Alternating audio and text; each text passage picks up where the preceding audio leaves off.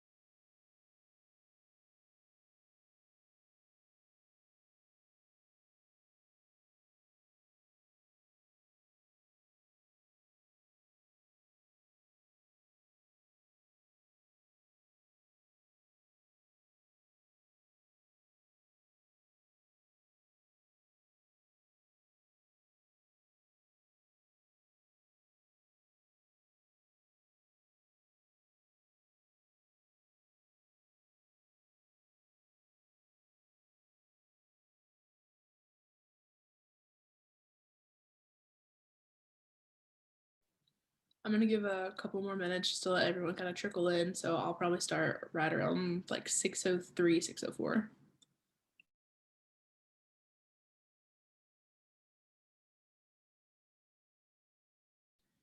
And if anyone hadn't heard me a second ago, please do indicate your position in front of your name, or just indicate who you are, and also put your pronouns after your name.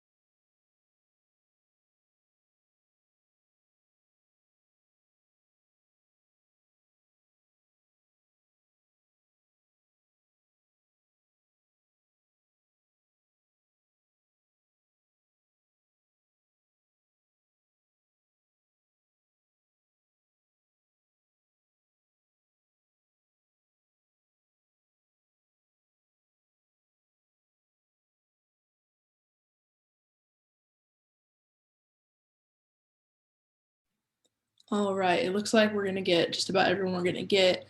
So if everyone could please turn on their cameras, that would be wonderful. So right now at 6:02, I'm gonna call this meeting to order. I will start with the calling of the roll.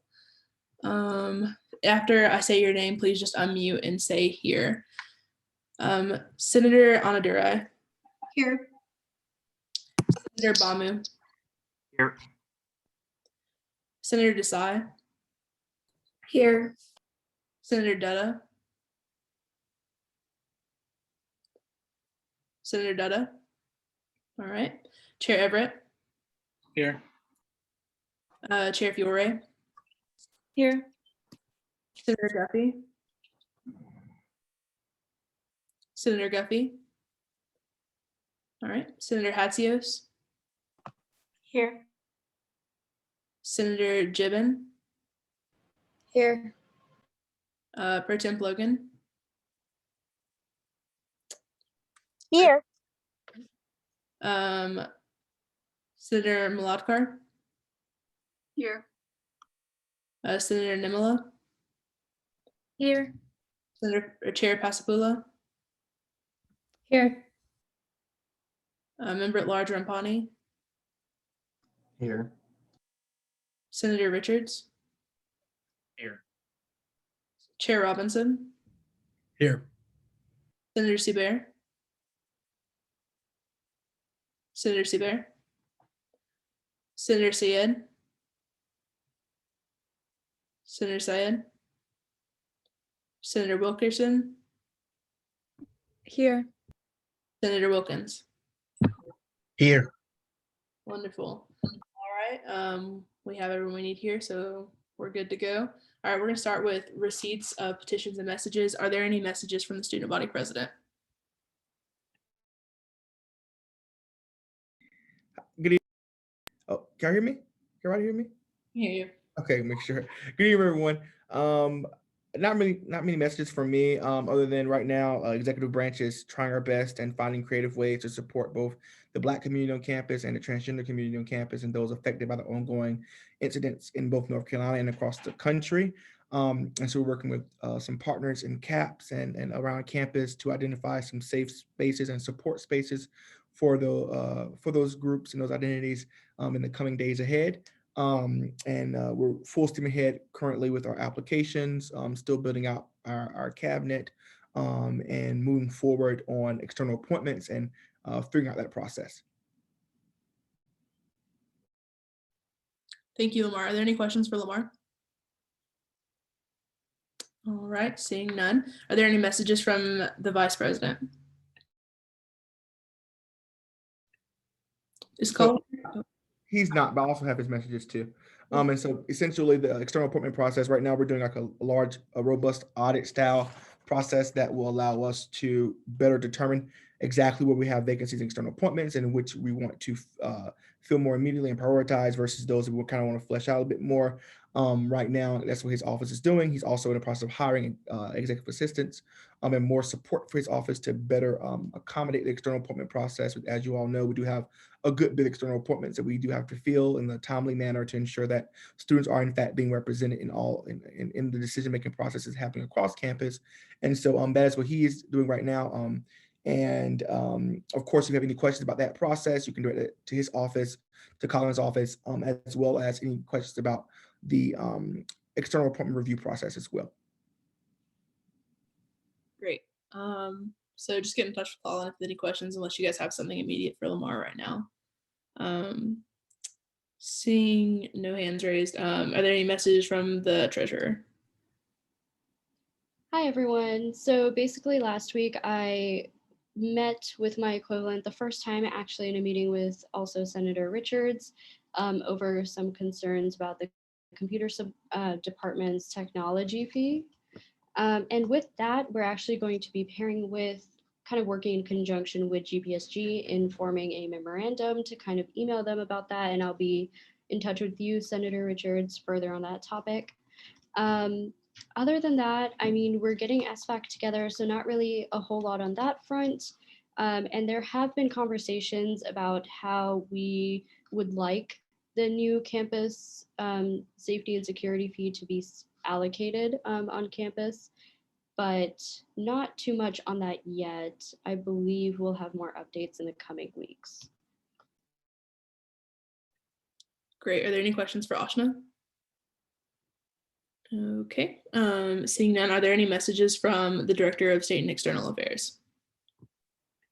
So just met with the police chiefs today just to go over, like what Ashna said, the allocations with regards to safety on campus.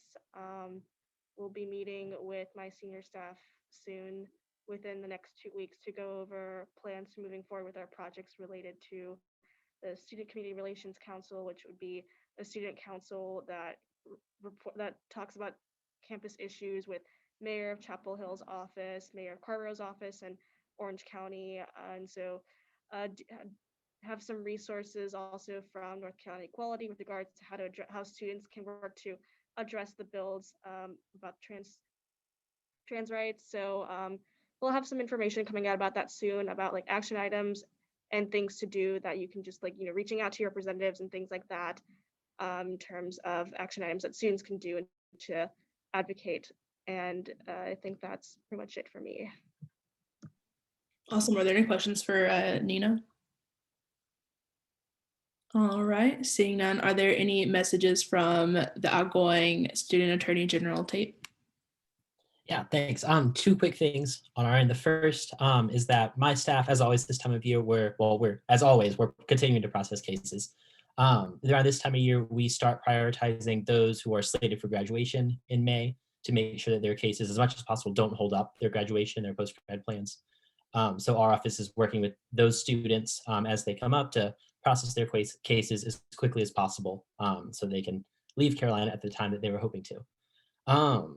The other piece of news is that my office has, in conjunction with members of the executive branch and legislative branch, we've been conducting our application process for the incoming Attorney General.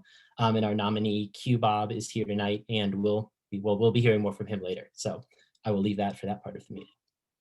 But if there's any questions about any of the aspects of the work that my office has been doing for the past bit, I'd be happy to answer those. Are there any questions for Tate? All right, seeing none. Are there any messages from the undergraduate honor court chair that is outgoing, Claudia?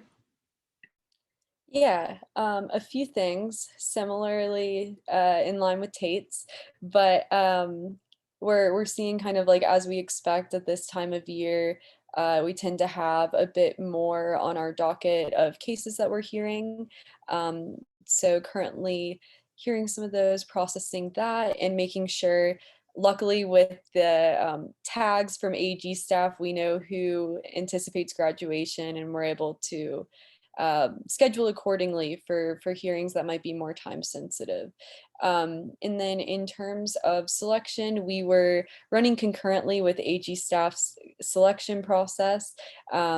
Published applications available to all members of Honor Court as dictated in the instrument, available for 2 weeks, and we went from there with the written application to schedule interviews for everyone that applied. And I'm happy that we have our official nominee, Brandon Bedell, here today. And I'm very excited for you all to get to hear more from him.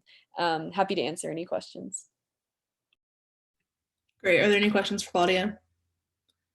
Okay, seeing none, there are no papers addressed to the Senate.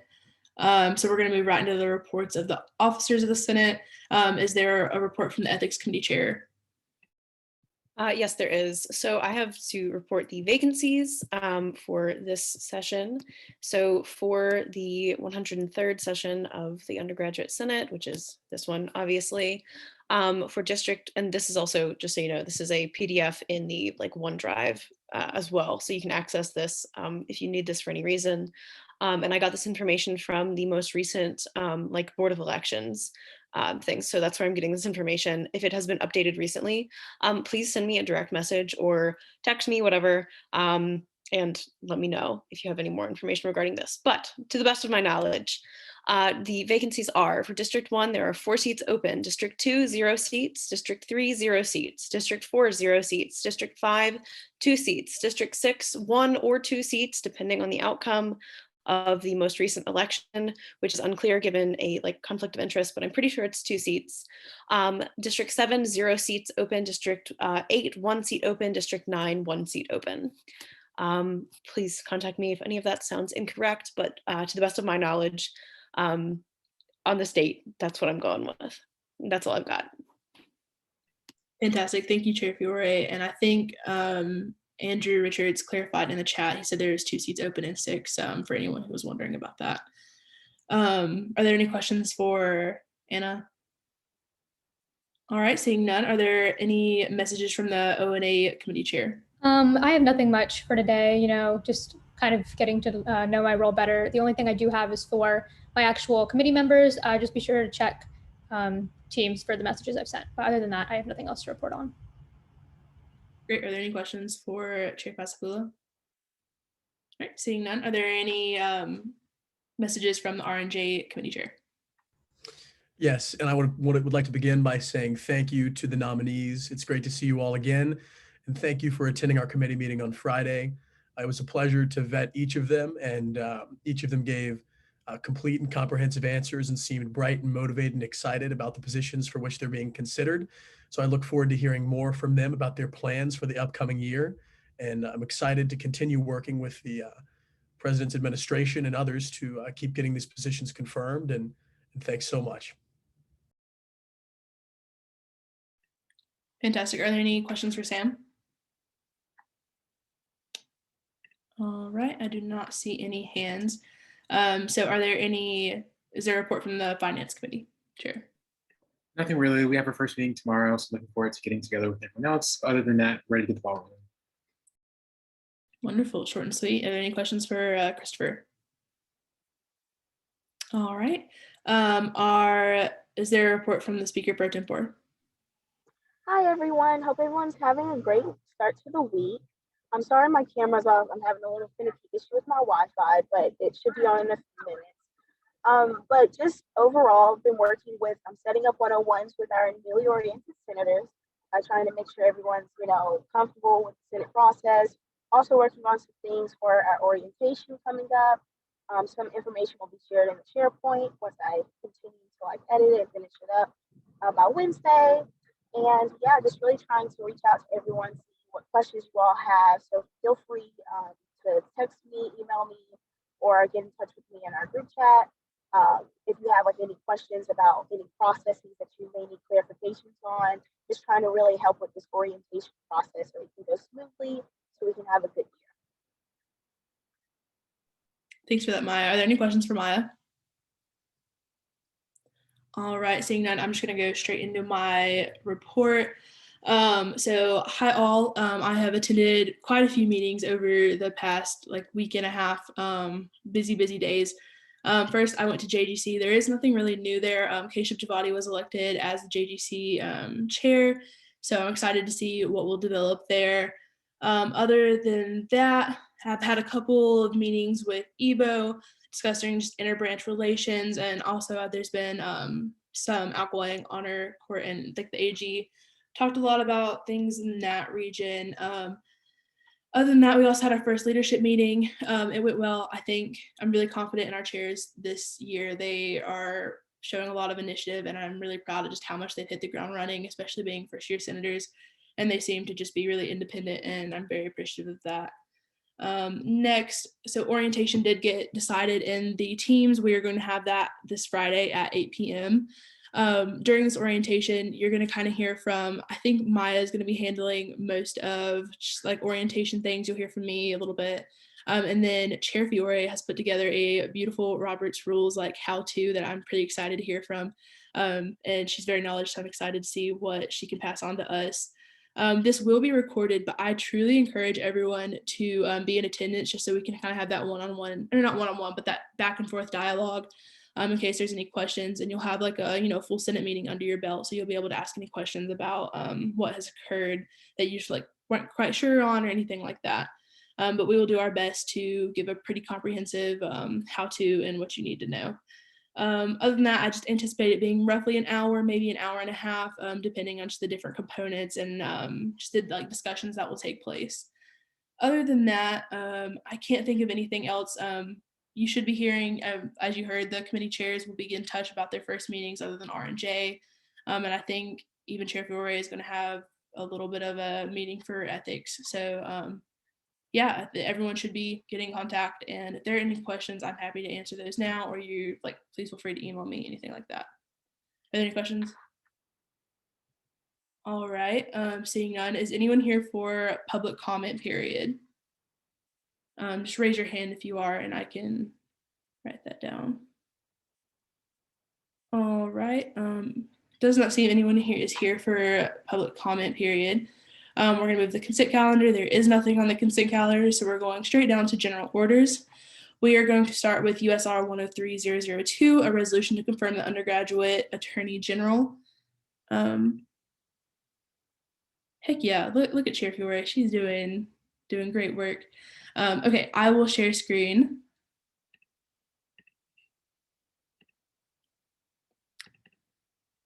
All right, Senator Nimala, is there a question? Yeah, do we all have access to the drive? I feel like it's restricted to just the chairs.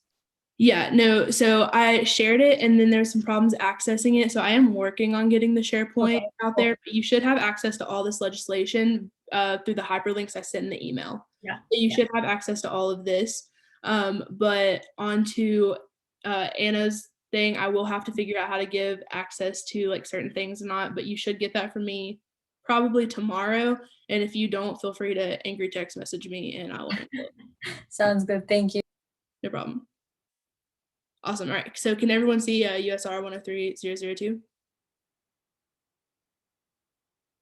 All right. I'm going to let Lamar speak on his candidate QBot. Absolutely. And once again, thank you all.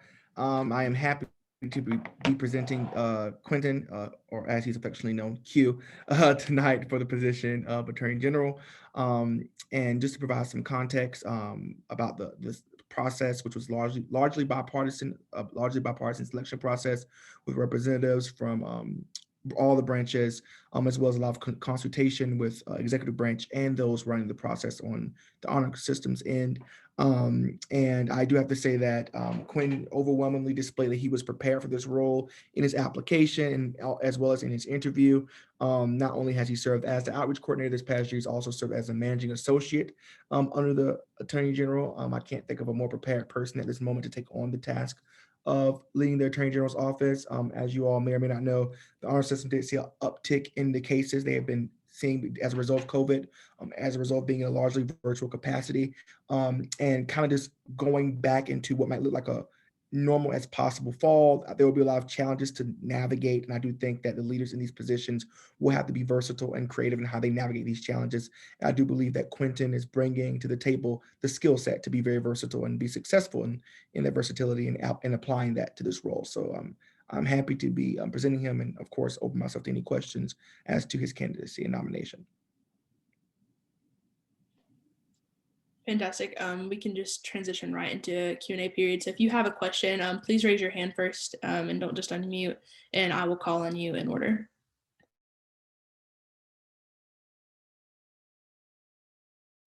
And I'm happy if R&J, if there's any questions that you felt were especially helpful in your decision, if you want to raise your hand and re-ask those questions that you think would be helpful, I'm also happy to do that as well.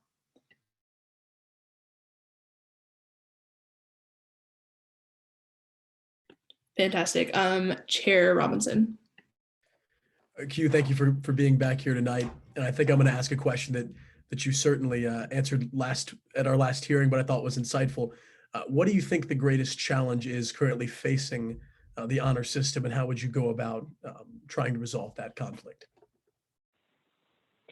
Yeah, so especially coming after a semester where all of our affairs were done completely virtually, one of the largest challenges is ensuring that we as an honor system are representative of the campus community in terms of our staff members, but also ensuring that these practices that we have are fully transparent with the campus community as well.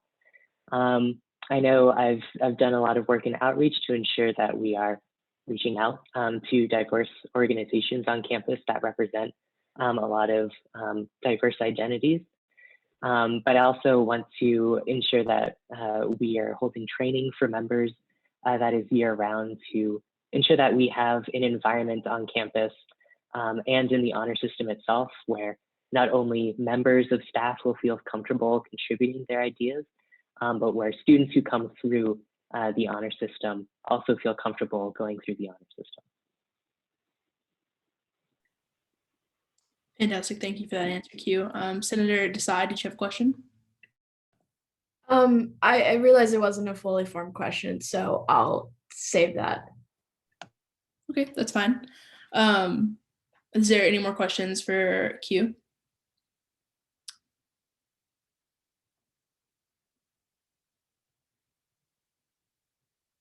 I encourage you all to ask questions. He plays a very important role, and maybe you can just ask him like what he understands. I can ask Q, can you just give us an overview of what you understand to be the AG's responsibilities and why you're qualified to perform them? Yeah, so the instrument actually outlines two of the most important roles. The first one being the Attorney General is responsible for determining whether or not to charge an alleged honor code violation. So after we meet with an accused student in a reporting party, we'll determine if there's a reasonable basis that did something happen, did something not. We're also responsible for training Attorney General staff members. So this includes deputies, managing associates and counsels in order to help advocate on behalf of reporting parties or accused students as they go throughout this process, ensuring that our staff members understand all of the rights that are afforded to students and reporting parties throughout this process, as well as helping with recruitment and also aiding the other two branches in ensuring that the honor system is fulfilling its role in student government. A very brief overview of what the Attorney General is tasked with doing. Thank you for that, Q. Senator Desai. I finally have a question now. Student Body President Richards mentioned your storied experience in the judicial branch. How would you say that your experience in the judicial branch previously will help you transition into the AG role? Yeah, that's an excellent question. I'll say first, being a counsel and being a managing associate, it gave me a lot of really firsthand knowledge of how the honor system works, how it directly impacts students and reporting parties that are going through this process. It's given me a lot of insight to the intricacies that are in the instrument. Being outreach coordinator has also really opened up my eyes to a more holistic view of what's on campus, the resources that are available to the honor system to tap into, but also a lot of the concerns that the campus community may have with the honor system. But a really big part of what I was able to do as outreach coordinator is meet with these groups on campus, meet with faculty, meet with students, and have a discussion about, okay, this is what we do in the honor system, and what concerns, what do you have that we can address, and how can we work towards this, to addressing those concerns in the honor system as a whole.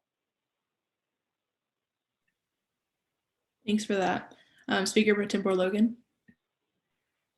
Yeah, thank you. So I just have a brief question about how do you plan to better advocate for students in this role, specifically since the honor court has been a system and body of legislation, and that systemically marginalizes people of color.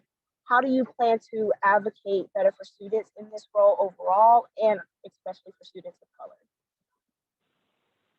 Yeah, so I'll say another great question. As Attorney General, what's a really big part of that role is training staff members, training counsel who will be interacting with accused students, with reporting parties one-on-one. One of the initiatives that I really want to start, and I've already spoken with members from the Office of Student Health and Wellness as outreach coordinator, and want to further implement in my role as AG, is ensuring that we have a process that's concerned more with supporting students as they go throughout this in terms of mental health, but also ensuring that they feel comfortable with who's representing them on staff. So I definitely want to extend training. I think that is one of the best ways to ensure that we're doing what needs to be done on our end to uphold ourselves to the values of the campus community.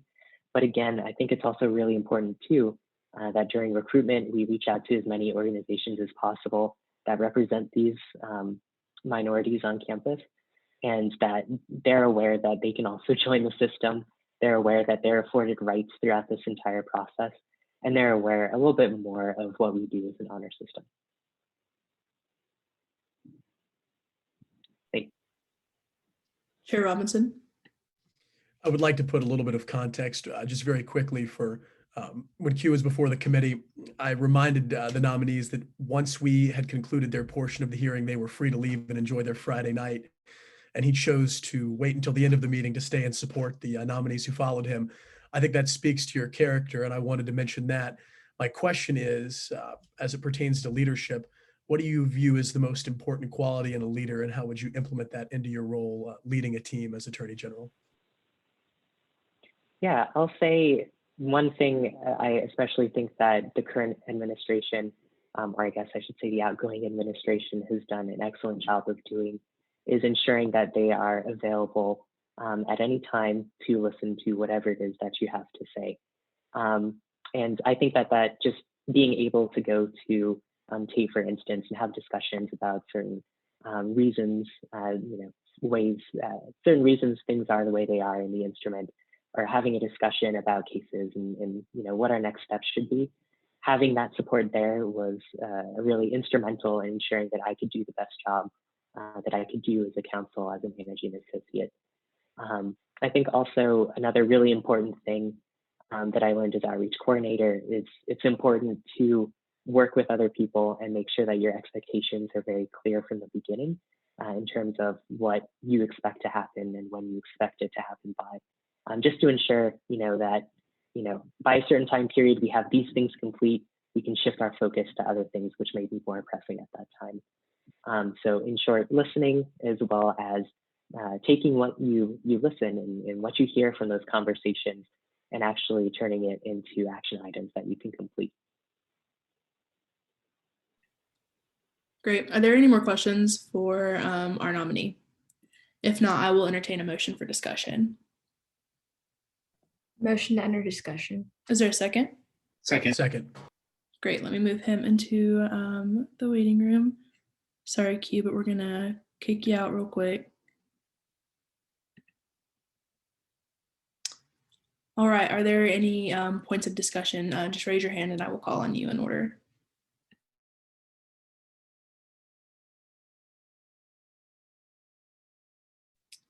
Senator Desai? Personally, I thought Q was really great, and he answered the questions to in a very poignant way, and I just felt like that's something that's very necessary to, and he also has the experience to translate into the job. He has put in the work, he's done the outreach, and I feel like he's the right person to be the next AG. Great. Chair Everett? Yeah, I kind of just wanted to reiterate that. I appreciated his focus on clear and consistent communication. And I think it's a big thing that all the incoming administrations are really focusing on. So I really appreciated that. I think he would be a great AG. Fantastic. Senator Wilkins. I also wanted to echo the previous speakers. Listening to Q, he seemed like, I want to echo Chair Robinson, really. I was listening to him speak, and it sounded like he had a really good sense of character, supportive of his other nominees. I feel like that's a very important quality in leadership. Thank you for that. Are there any more points of discussion?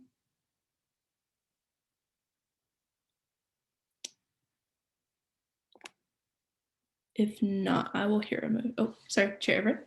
Yeah, a motion to vote. All right, is there a second? Second. All right, we are going to enter voting procedure. When I call your name, please say yes, no, or abstain. Just unmute yourself and tell me. All right. Also, if I pronounce anyone's names wrong, please feel free to correct me and I will say those correctly. Senator Undergraduate. Yes. Senator Bamu. Yes. Senator Desai. Yes. Senator Dutta. Oh, that's my bad. Chair Everett. Yes.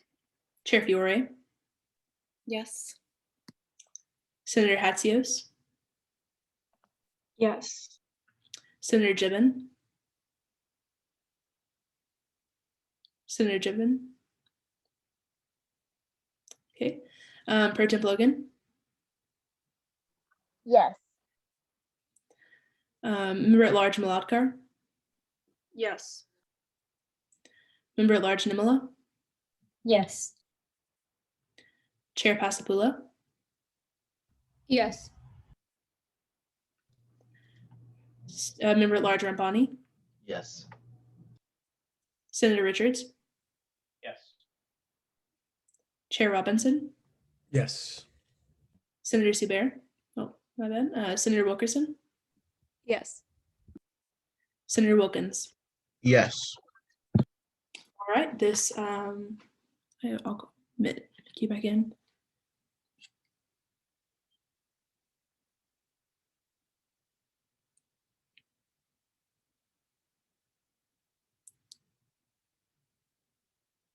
Q, can you hear us? Congratulations, you're a new AG. Thank you. Thank you for your time. You are welcome to leave if you so choose. Next, we will move on to hearing USR 103003, a resolution to confirm the undergraduate honor court chair. Lamar, do you want to speak on the nominee? Absolutely. Is Brandon on here? Oh yeah, I do. I see him. Hey, Brandon. Once again, I think I'm presenting a wonderful nominee in Brandon as well. I believe he's thoroughly prepared for the job of honor court chair. And similarly, just to kind of set the stage for this, honor court chair and AG work hand in hand in ensuring that the idea of student governance continues to run smoothly. One of the things that makes Carolina beautiful is that we do have a student-ran university, really, in that our honor system is entirely student-ran. And it takes a lot of coordinating, a lot of work, and a lot of leadership, and a lot of tact, and also a lot of creativity and willingness. And I do feel like when you talk about bringing it to the table, you're talking about not just honor court chair, but also an AG and an entire honor system that's willing to do that. And I do feel that Brandon is bringing that to the table in his experience as well with being in the honor system. Additionally, his time at Carolina, he has found somehow, I want to call him a magician, actually. He's found a lot of time to volunteer outside the honor system and outside of his work in student government. He's found time to give to the community of both North Carolina and Chapel Hill as well, and to sow into what I would say are the marginalized communities of Carolina throughout his entire time in the honor system and rising up the ranks in that very system. And so when Claudia and the rest of the selection committee did present me with him as an option, I felt that he was the best option, not only because of his experience, but also because of his willingness that he displayed during his interview. And so once again, I'm very excited to be presenting him for the nominee of honor court chair. Thank you for that, Lamar. Are there any questions for Brandon? Just raise your hand. Chair Everett? Yeah, President Richards kind of mentioned your previous history of volunteering with marginalized communities. Can you kind of speak to that and what exactly you've done, I guess, in your volunteer work? Yes, definitely. So one organization that I particularly enjoy working with is called Dive in Carolina. And what that program does is teaches swimming lessons to any children, really, anywhere from like 2 years old all the way up to high school. Kind of one of the big issues and the reason that this program came about is because swim lessons are pretty expensive. And as I think everyone knows, swimming is a really important life skill. And that should not be determined by whether or not you can afford swim lessons. And so I myself swam in high school. I really enjoyed it and love to give back to the community and teach others how to swim. Just basic life-saving skills like floating on your back, some, swimming different strokes and such. That's one. Another one is through Camp Kesem, which is a camp for kids whose parents have or had cancer. So a very emotional time that, the kids are going through a lot. It's really difficult when you're young. And in that role, I was a counselor. So I was responsible for 4 to 5 campers. We, stayed in a cabin for a week and took them around to do different activities and just discuss their experience with camp. So those two have been both very positive aspects of my time at Carolina. Thank you for that, Brandon. Senator Desai? Yeah, so SVP Richards mentioned creativity. In what ways would you be able to bring creativity to the role of honor court chair? Yeah, so, one of them is just my experience in the honor system. I've been with it since my first semester at Carolina, so 3 years now, and I've been a vice chair for the past year. So with that, I've been part of leadership. I've worked closely with Claudia and the other vice chairs just to ensure that the court runs smoothly. So I had the opportunity to see all that goes on with the honor system and where the shortcomings are and where I think the court really excels. Additionally, just so my major is chemistry, which is a little bit different than some of the pre-law people that are typically thought of to make up the court. With that comes just a different perspective on what's going on, and more of like an analytical thinking mindset that I think could be a really valuable asset to a chair for the court.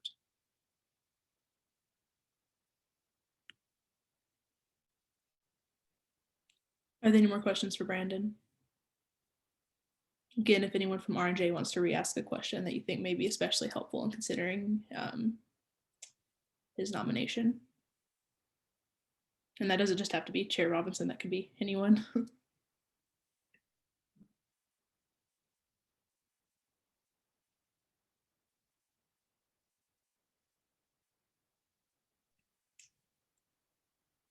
Any questions?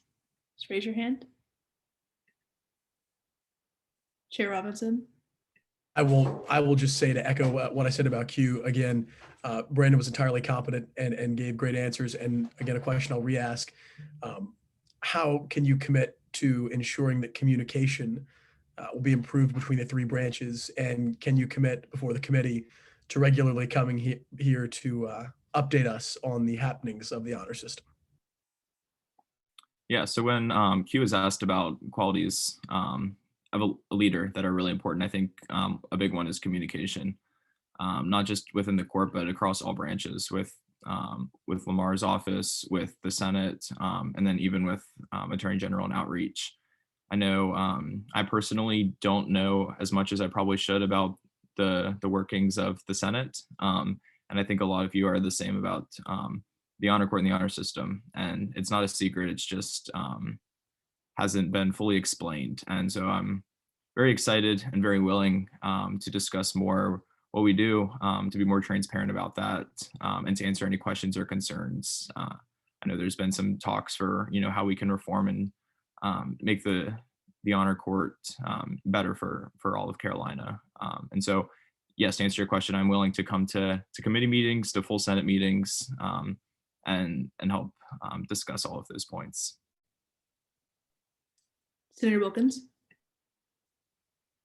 Just to jump off of your last comment about reforming the honor court, what are some ways that you might want to see the honor court reformed, some policies that you may want to see reformed if you were to be elected? Right. So one that came up in the committee meeting on Friday, I believe it was Senator Richards brought it up, where, for example, we hear a case on computer science with a bunch of code, and none of the court members know anything about code. That makes it very difficult to judge if it was copied or plagiarized at all. One thing that I think would be really great for the court is to have, if possible, within reason, a member on each panel who is competent in the class that is in question. I think that would really help with discussion a lot. I personally heard a chemistry lab case last year, and during our deliberation, I was able to go through with the other core members and kind of talk through why I felt like certain answers were just too similar to be coincidental or ironic, or others were, it was just obvious that was the answer, whether or not you cheated. I think that those are really valuable in just keeping an equitable system for all students. That's probably one of the biggest points of reform that I think would be really great. Our shadowing process takes almost a year, which I think is kind of ridiculous because they only have to shadow 2 cases, and that still takes a year.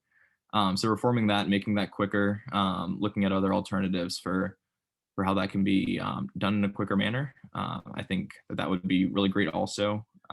If you shadow a case in the fall and then one in the spring, that's really far apart and very difficult to remember all that went on, and difficult to be an effective court member that way. Great, thank you. Chair Fiore. It's my understanding that one of your obligations is recruiting other members to join Honor Court and participate in this system. I'm just wondering, what is an ideal candidate?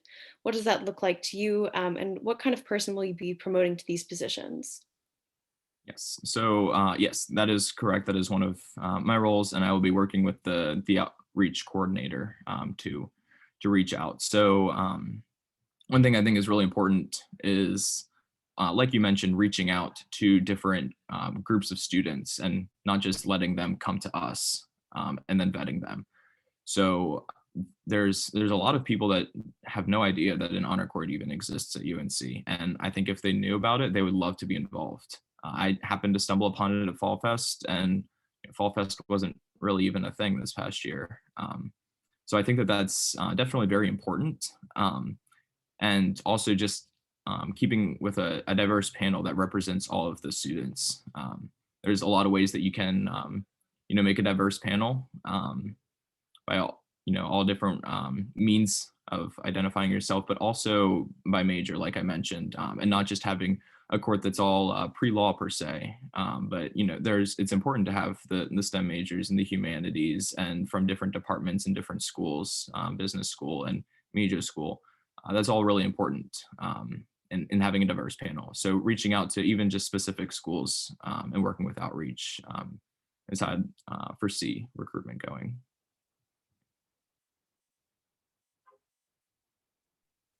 Great. Are there any more questions, or I will hear a motion to move into discussion? Motion to move into discussion. Is there a second? Second. Great. All right, Brandon, I am going to kick you out. All right. Are there any points of discussion? Please raise your hand. A member at large, Nimala. I think that he definitely has like the experience and the knowledge for this position, especially like the part about him mentioning the computer code, because that's definitely a problem. The fact that they're judging whether it's been plagiarized without really understanding or knowing about code. So I think that just having that sort of insight into the process is valuable.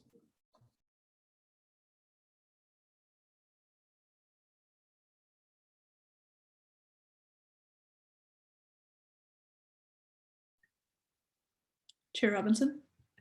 Super brief report, just like I spoke on Q just a few moments ago.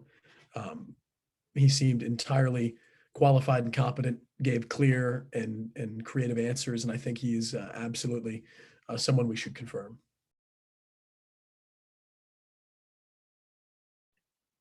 Senator Richards.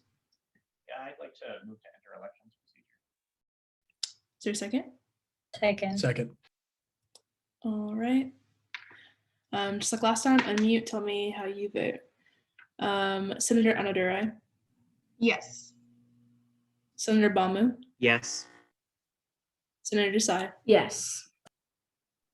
Senator Dutta. Senator Dutta. Okay. Yes. Chair.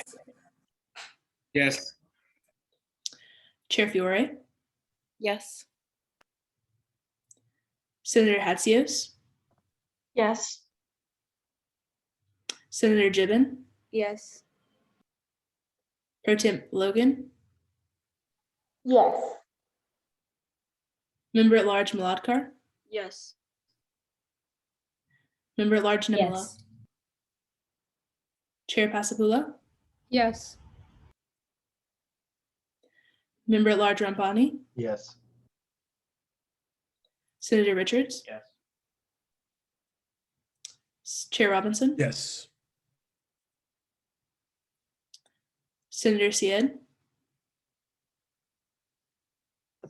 Senator Yes. Syed. Senator Wilkerson. Yes. Senator Wilkins. Yes. Fantastic. I'm going to invite Brandon back in.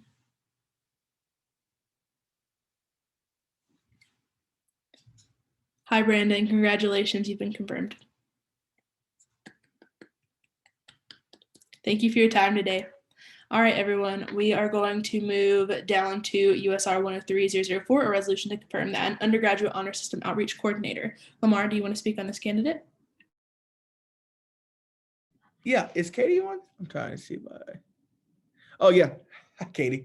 Yeah, so the last of the three nominees tonight, last but certainly not least, Katie is brings an exciting, in my opinion, a very exciting perspective to the honor system in general. I will say that her experience working with as an ELA or English tutor rather, also with her campus and community involvement with the Center for Ethics, as well as being a leader for some of our 6th or 8th grade student groups on campus, has also prepared her for this role. I will say that the outreach role is largely student-centered and student-focused in that is the department within the honor system that largely determines how the honor system will engage with the student body. A lot of times people say, I don't want to engage with the honor system just because they always see it in a negative light or a negative way, or, you only really engage with them when it's about an actual honor violation. And I think part of the responsibility of the outreach coordinator is to find ways to not only shift that perception, but also to open the honor system up in ways that can also assist students with navigating the difficulties of certain challenging assignments or certain things, to make sure they kind of stay within the bounds of what is allowed by the instrument and by the university. And so I do think also branding and marketing, all that falls in that realm. And I think this role in particular requires someone who is really knowledgeable about our campus life and our and life here at Carolina, but also willing to do the dirty work, the hard work of changing the perception of a system that's been in place for a while, and it has, gotten some negative connotation attached to it. And I do think Katie, in her interview, in her application, displayed that she's willing to do that. She acknowledged that she's not walking into a perfect system, but she's walking into a system that will require reformation and will require a steady investment of creativity and work. And I think that alone says, talks about her. Her experience, her leadership style, and also her willingness. And so for me, that makes her a great candidate, and I'm happy to be presenting her as well. Fantastic, thank you. Are there any questions for our nominee? Senator Gibbon. Yeah, just like as it was previously mentioned, there is a very negative view, I think, of the honor system. So I was just wondering what those specific examples you could give of like how you intend to like reform those ideas about the honor system. Yeah, that's a great question. So as Lamar said, that definitely is, I think, the biggest problem facing the honor system is this negative connotation that it somehow may be out to get students or that it doesn't properly advocate for everyone. So I think the main things that I want to do as outreach coordinator, if appointed, would be to, one, increase accessibility and education of what these standards are that we hold students to. So that would largely include having a presence at freshman orientation, transfer student events, graduate students. So making sure that everyone knows what the instrument is, maybe giving some sort of like email or a physical copy of a summary of what it is, just so that everyone's on the same page starting out. And then two, I want to increase transparency and trust. And that's probably the biggest hurdle to get over. It might take a few years. But I think by reaching out specifically to groups that have felt marginalized by the honor system and encouraging them to join outreach, other branches, even just sit down and have a conversation about what we could do to improve the perception of the system from their perspective would be really helpful. And additionally, reaching out to faculty on a regular basis, having maybe optional Q&As every month or so, allowing non-department heads to talk to us directly rather than only interacting with us in a negative setting. So generally, just reaching out to everyone we were able to. Great, Senator Desai. Hi, Katie. One of the biggest things that you've emphasized as the role of the outreach coordinator is communication. So how would you say that your past experience working in and on campus and different places on campus have helped you increase your communication skills, especially to somebody you may not know how to communicate with? Yeah, that's a great question. I would consider myself pretty heavily involved in a variety of areas around campus, and all of those organizations of which I'm a part have allowed me to basically force myself to find different ways to communicate with people. So I'm a middle school tutor online, so that's communicating with parents who I've never really met. And also I'm a member, as you know, of the Park Center for Ethics. So I've been the exec member of our small group within the Ethics Center. So that involves a lot of communication between the coordinator of the program, who's a graduate student, and then communicating information to the 14 members within our small pod of our project that we're working on throughout the semester. So lots of going back and forth between like people of higher authority to everyone working in a group setting. That's definitely prepared me for a similar role that outreach coordinator would require. Chair Everett? I had one question. I know you mentioned you worked with kids. Kind of what skills did you kind of get from that you could bring to this position that would be beneficial? I know working with kids can be kind of difficult, so I was wondering what insight you had from that. Yeah, so I tutor students and I also work with a middle school ministry at a local middle school, so in person and online. I think the main thing is patience and a willingness to not underestimate anyone. I think I'm obviously like no one's going to be middle school age that I'm working with in the outreach branch, but I think always assuming that people have something to bring to the table. So some of the middle schoolers, I don't want to get too off topic, but they'll always surprise me about what they can come up with or how they're able to come up with a solution to a problem. And the kids I do ministry work with, sometimes they're even eager to help like plan our events. So I think just generally having this outlook of like, even if you don't know someone very well or they're younger than you, that doesn't mean they don't have something to bring to the table. And I think also working with middle schoolers has definitely given me a lot of patience and willingness to listen and hear what anyone might have to say.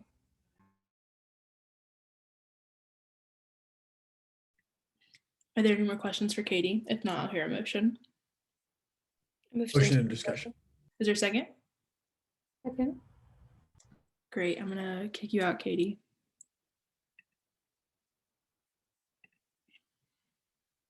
All right. Are there any points of Chair Fiore? Yeah, this is just in favor of Katie. She's absolutely fantastic. I've had the pleasure of being in a few classes with her, and I'm also in the PAR Center alongside her. She is one of the most kind and thoughtful people I've ever met, and I think she would be fantastic for this position. She, like, and I think you kind of heard this in some of her answers, but she really does like give people the benefit of the doubt and like fully listen well, which is, I think, a skill that like me at least, but like I think a lot of us probably struggle with. She's really fantastic. I think she'd be perfect for this and any like outreach position in general, but particularly something that is this high stakes and like is so personally, like frankly terrifying. Like if any of you have had friends or have personally been involved in any like honor system stuff yourself, you know that it's a scary experience and you're afraid you're going to be kicked out. I think she's the perfect person for this and who I would want to be dealing with. I think she's a great person for this job. So yeah. Great. Senator Desai? Yeah, I'll say the same thing. Katie is the executive board member of the pod that I am on at the PAR Center Fellowship. And she's great. She's the person who we always go to for communication. She's very open about what we have to do and very clear. She's also she's very explicit in her words, but it's in a way that is constructive and makes sure that people get the idea of what is supposed to be done. And she sets feasible expectations. She's a motivator. She's somebody who organizes everything in the right ways, make sure that she's clear, and just overall, she's a very kind person. And the person who, as Chair Fiore said, who I would really want to be talking to when it comes to anything as serious as the honor court. So yeah, she's definitely a very good nominee. I would agree with Chair Fiore. Great. Senator Gibbon? Yeah, I know in committee we were very like impressed with a lot of her answers to the questions. We felt that she was very she had actual specific examples of how she was going to make changes, and I think she relayed that today in answering some of our questions. So I definitely think she's a great nominee for this position. Wonderful. Are there any more points of discussion? If not, I'll hear a motion. Motion to vote. Is there a second? Second. Great. Same as usual, guys. Senator Anadure? Yes. Senator Bamu? Yes. Senator Desai? Yes. Senator Dutta? Yes. Chair Everett? Yes. Chair Fiore? Yes. Senator Hatzios? Yes. Senator Gibbon? Yes. Pro Temp Logan? Yes. Member at Large Maladkar? Yes. Member at Large Nimala? Yes. Chair Pasapula? Yes. Member at Large Rampani? Yes. Senator Richards, Yes. Chair Robinson, Yes. Senator Syed, Yes. Senator Wilkerson, Yes. Senator Wilkins. Yes. Fantastic. Let me invite Katie back in.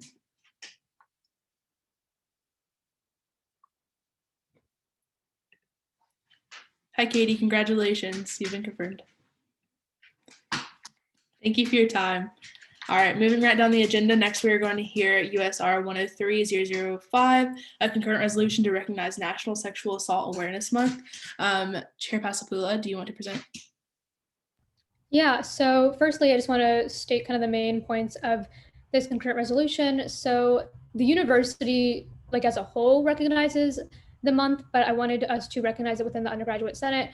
You know, if you've walked on Franklin Street within the past week, you've noticed that there is just an uptick in sexual harassment. You know, students are afraid to even walk on Franklin Street. You know, they're at fear of just being harassed. And so I thought it would be crucial for us as a Senate to recognize National Sexual Assault Awareness Month to just let students know that like we are aware of these issues and we do want to work towards combating these issues. And in addition to recognizing National Sexual Assault Awareness Month, I've called on the Richards administration to requesting for a cross-branch collaboration so we can work together to determine some policy solutions to combat the growing sexual assault culture at UNC and make sure that our campus and Franklin Street can remain safe for students.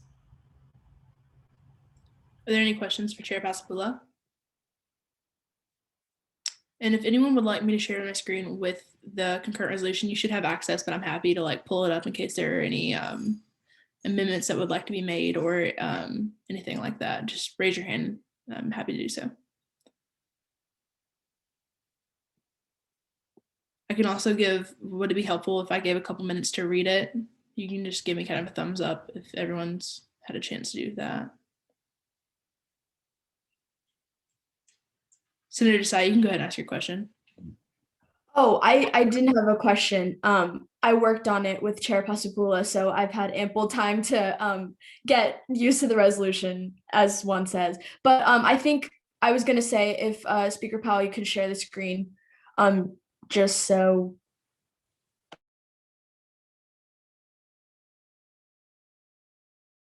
Can you see it? Yes. Okay.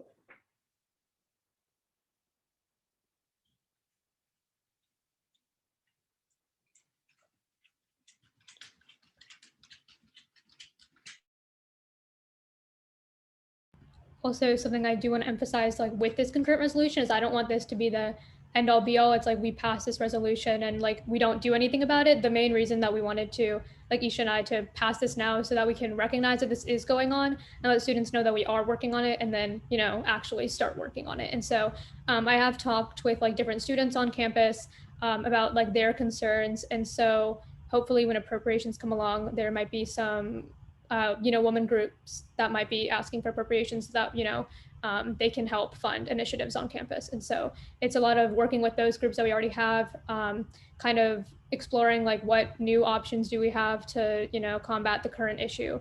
So I just wanted to keep that in mind, that this is not meant to just be something where it's like, okay, we pass this and then like let it be performative and not actually do anything. So, because I know it could come across that way if we're just like recognizing something and not doing something about it. So just wanted to preface that.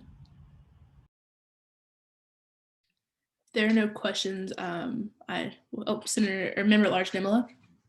Yeah, I definitely like the fact that this is not just like performative. So I was wondering, you mentioned some women groups. Do you have any idea which ones specifically you'd be interested in working with, or like what exactly you'd like to do? And I know we have the training module for sexual assault and like awareness, I guess. And like obviously they're not working if we have these issues. Do you have any plans on what you want to do with that module? Because it's like extremely long, and I'm not sure that people actually take it seriously. So that's something like, did you guys think about that? It was something I hadn't. I know Isha can kind of speak on the women's centers and women's groups because she's been reaching out to them. In terms of the module, I also agree that it's not the best way of teaching about sexual assault. I know a lot of people just kind of speed run it or skip through it. And so I think there does need to be more stronger education about these issues. But I personally, at this time, don't like have a clear idea of what I want that solution to be, which is why I would like to collaborate with the executive branch, since I know they have a whole cabinet and not cabinet, a whole committee on student safety and wellness. But Isha, did you want to speak on the different groups that you've contacted?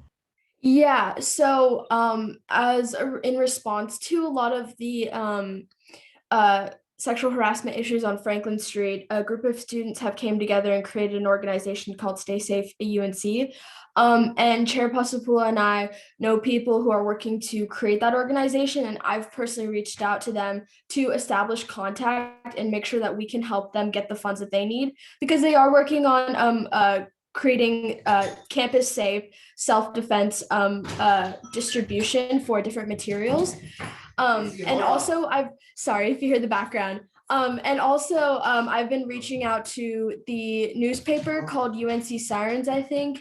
And we're still working on that. It's very much a blossoming process, but we still wanted to get this in front of the Senate to make sure that everybody was aware of what the path going forward was.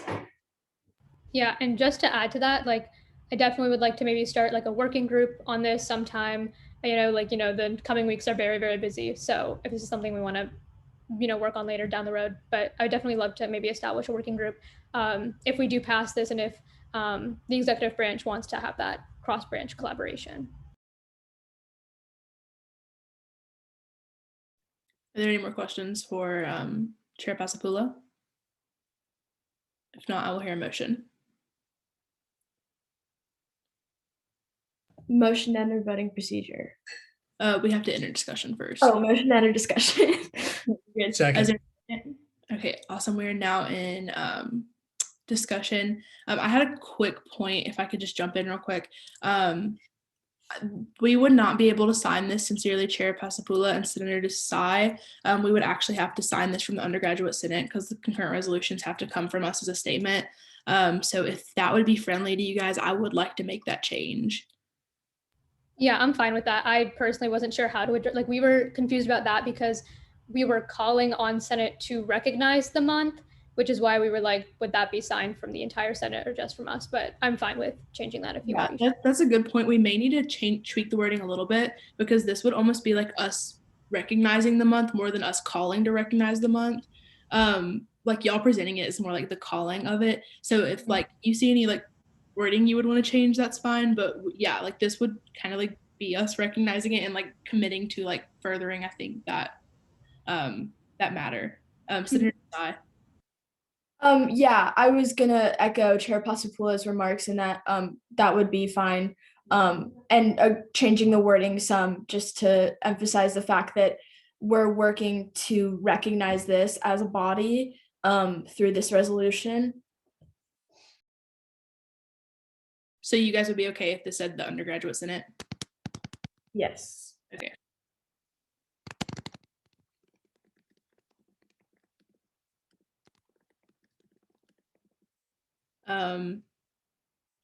Chair Everett. Yeah, can I just want to speak in favor of this resolution? I just think it's important, if we want to be this body that is trying to advocate for diversity, it has to also be gender diversity, especially when you have so many, students who are affected by what's going on in Franklin Street. I think it's just super important that we really act on this and don't let our activism be performative.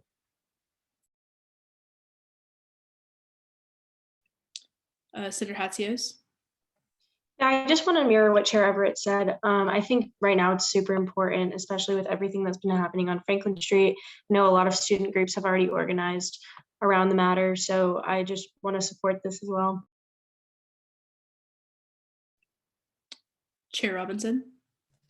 To echo my two previous colleagues, Chair Everett and Senator Hatsios, I want to ensure that we're also calling attention, I know the resolution does, not only to the notable attackers who are doing things on Franklin Street physically, but also to the culture where these young women are being assaulted and not reporting the assault, and how important it is that we attempt to destigmatize that and ensure that those resources are there for those young women who need it.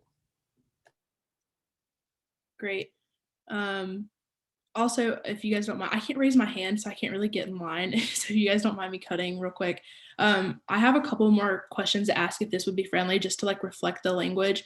To change this part, you guys can see what I'm highlighting, right? If I do this. Yeah. Maybe changing this to say, we, as senators recognize this month. Would that be a friendly change? Yeah, that's fine with changing. I was wondering, like, is that something I should change like right now? We have to change it right now so we can pass it. Yeah, I was just making sure. Yeah. We as senators. Oh, okay. Oh, you can wait. Go ahead.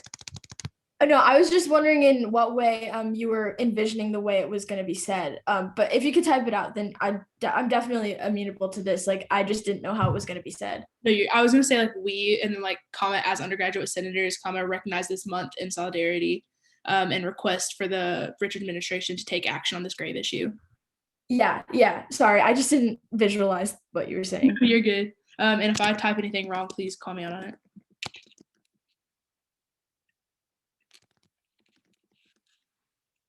Oh, this is already here.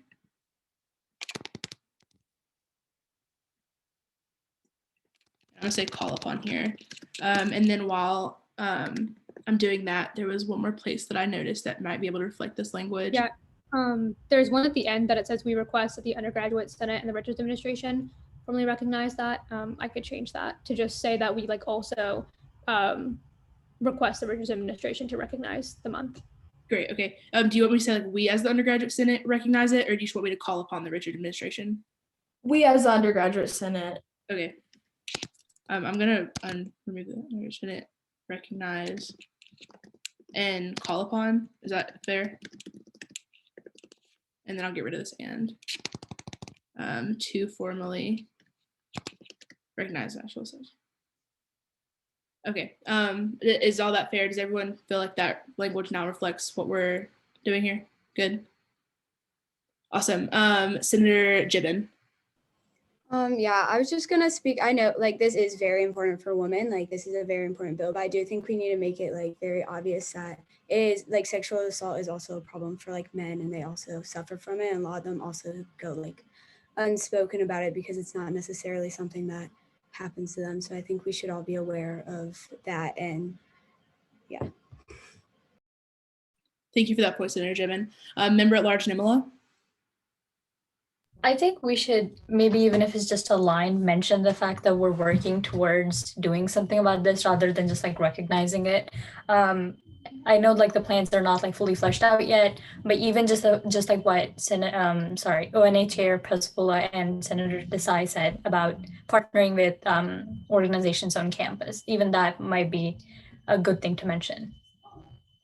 Is there an amendment you propose that I could type, and then we could see if we find it friendly, or see if Chair Pespola finds it friendly? Yeah, I mean, I think just saying that like we're planning on partnering with the organizations they mentioned and ensuring that they get the funding they need to deal with this issue. Great. Chair Pespola, is there like or Senator Desai, if you would respond to that? Yeah, in response to Senator Nimala's amendment, I would like to request that the specific organizations just be mentioned as organizations as a whole, because we're still in communication and I don't want to put anything in stone before we fully confirm a partnership. That would be unfair to the conversation. And yeah, I just think it would be important to leave it broad for now, and we can emphasize the specifics once the conversations are in motion fully. Okay, I think Chair Fiore was next. Yeah, I was just saying we could phrase it as the Undergraduate Senate at this time, I don't know, makes it clear, or like is in the process of working with organizations that share these goals, and will take the time to thoroughly vet and fund these efforts to the best of our abilities, or something like that.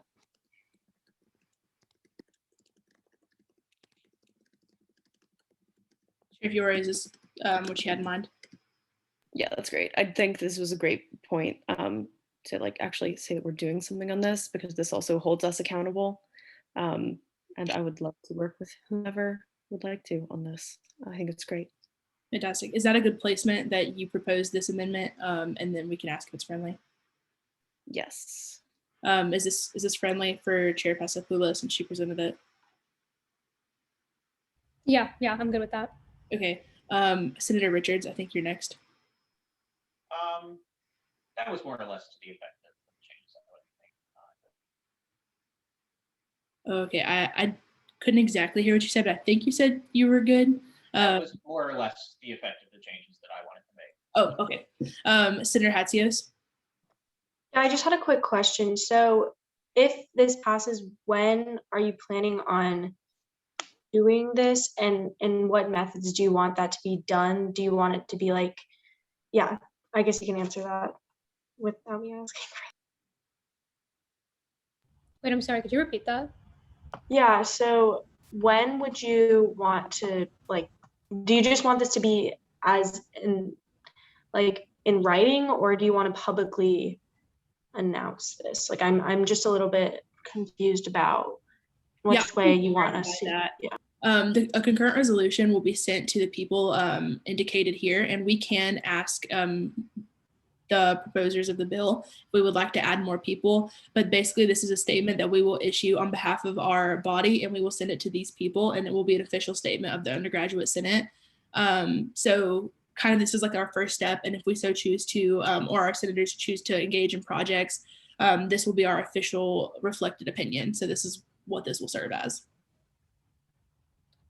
Yeah, and in terms of like when I plan to start working on this, I definitely like to start working on it like as soon as we can. I just also recognize that like we're in the middle of like finals week is about to happen, and so I recognize that there is conflict there, but I would like to work on it, you know, maybe after orientation or something along those lines.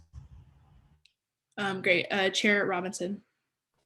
Just to raise these very small grammatical change that they should probably be changed to we.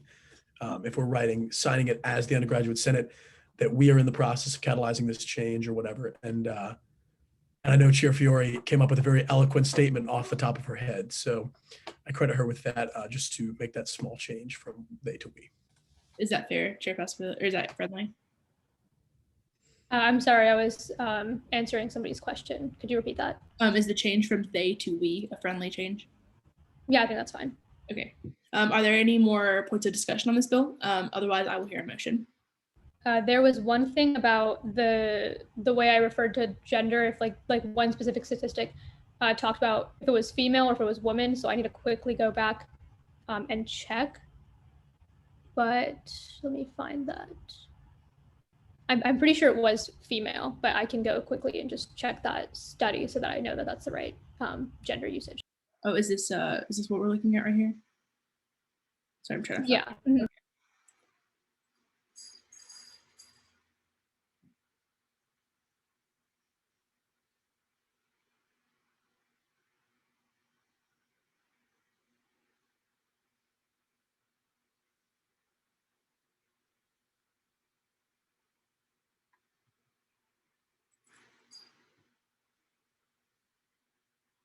Meanwhile, if anyone else has any points of discussion.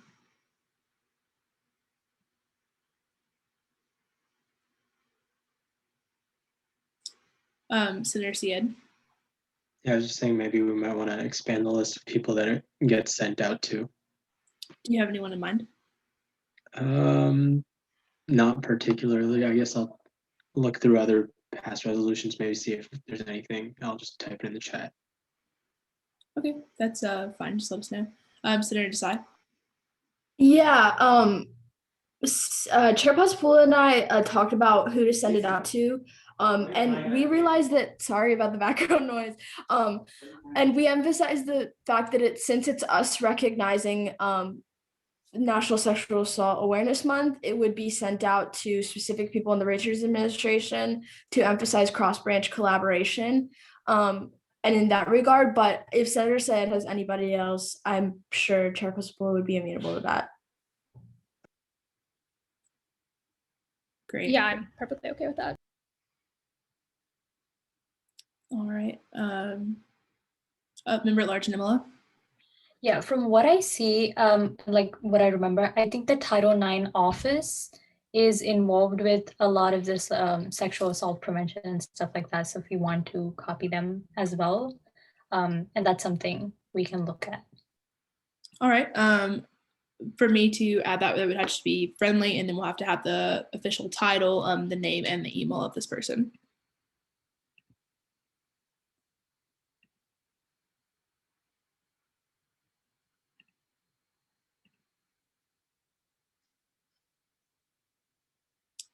Just anyone is allowed to make an amendment, and I can change that.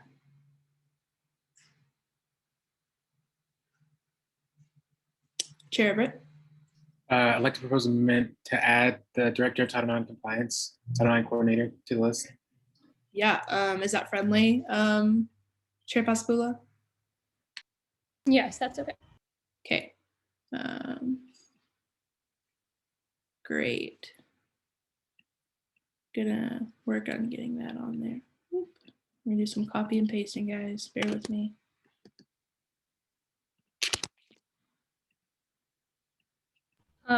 I've been recommended to change one of the statistics to a quote because I had found it from a News and Observer survey. So I just want to make sure that I have the like the wording exact. So if I could just quickly kind of go through and change it so that it's like, because I had written it as over a third of female UNC undergraduates experience sexual assault while they were enrolled. So I'm just going to change that to the exact wording, which is more than a third of all female undergraduate UNC students reported being sexually assaulted during their time in college. Great. That's if it's friendly to you, I think it should be good.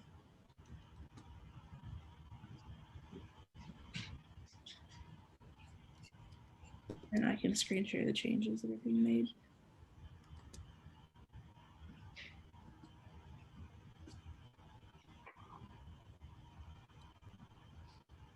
All right. Chair Pasapula, have you made those changes yet? I'm about to. I just have to copy and paste quote. Okay.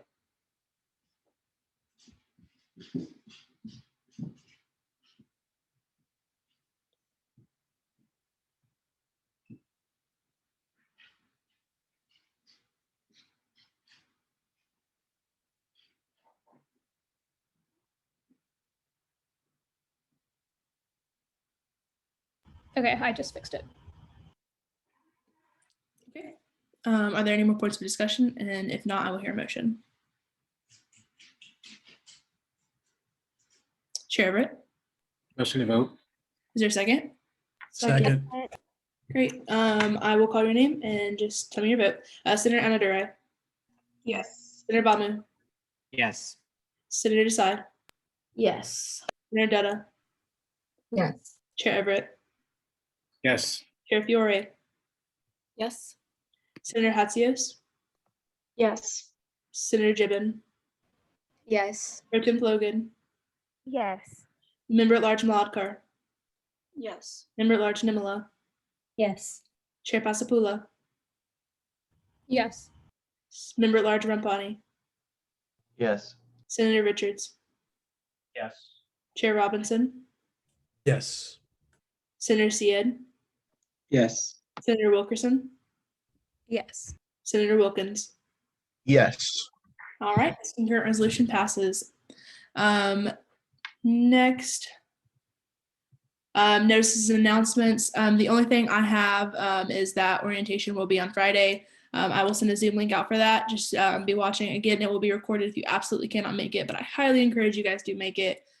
And other than that, does anyone else have any announcements? If not, we will move into a roll call vote for adjournment. All right.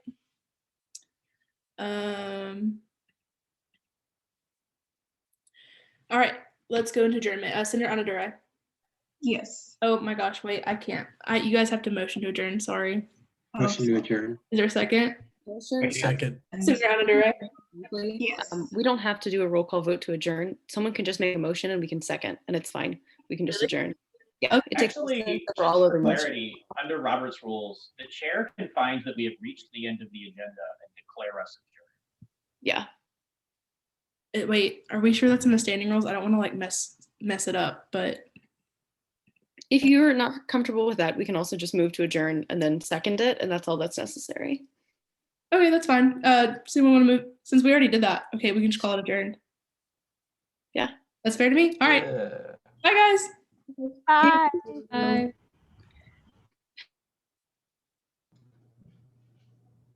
Oh, well, Bye, Ritu left. Bobby, you're going to get moved into the waiting room. I'll invite you back in 1 second. Ritu just didn't stay. It's fine. I thought